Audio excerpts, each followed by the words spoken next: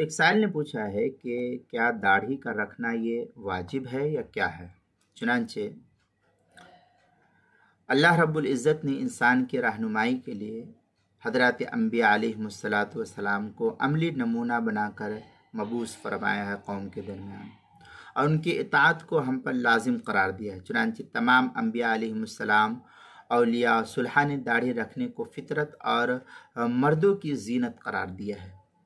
قرآن کریم میں حضرت ہارون علیہ السلام کی داڑھی کا ذکر ملتا ہے اور ذکر آیا ہے۔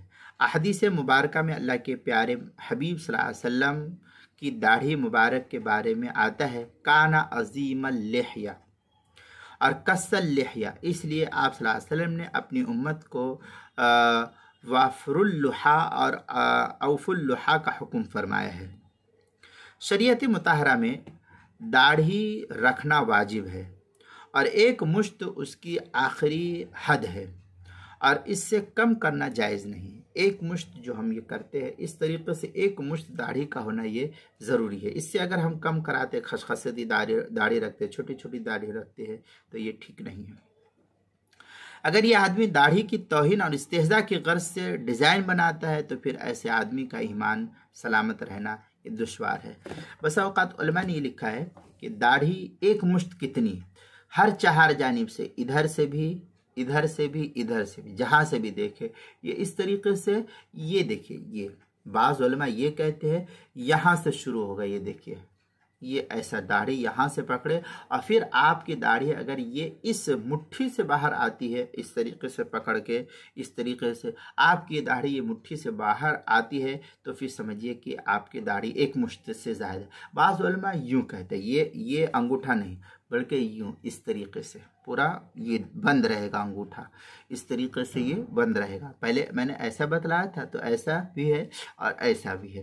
تو اس طریقے سے اگر داڑھی آپ کی اس یہاں سے باہر چلی جاتی ہے تو آپ کی ایک مشت سے جو ہے یہ باہر پہنچ گئی، تو آپ اس کو کٹا سکتے ہیں، اور اگر ایسا نہیں ہے پھر آپ کو کٹانے کی اس کی اجازت نہیں ہے۔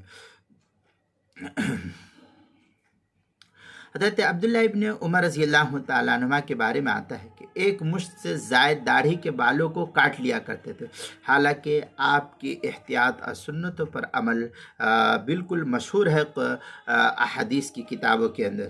ان کے علاوہ اور بھی بہت سے اصحاب رسول رضی اللہ عنہ سے یہ بات منقول ہے، اور کسی صحابی کا ان کے اس عمل پر انکار ثابت نہیں ہے، تو گویا داڑھی کی مقدار مسنون کے آخری حد پر صحابہ کرام رضی اللہ عنہ مجمعین کا اجماع ہو گیا ہے۔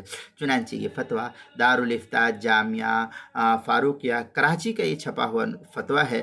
آپ جو ہے اس فتوے کو دارالافتاء جامعہ فاروقیہ کراچی کی ویب سائٹ پر دیکھ سکتے ہیں۔ اس کے اندر تو فتویٰ نمبر نہیں ہے، جامعہ فاروقیہ کا فتویٰ نمبر ہے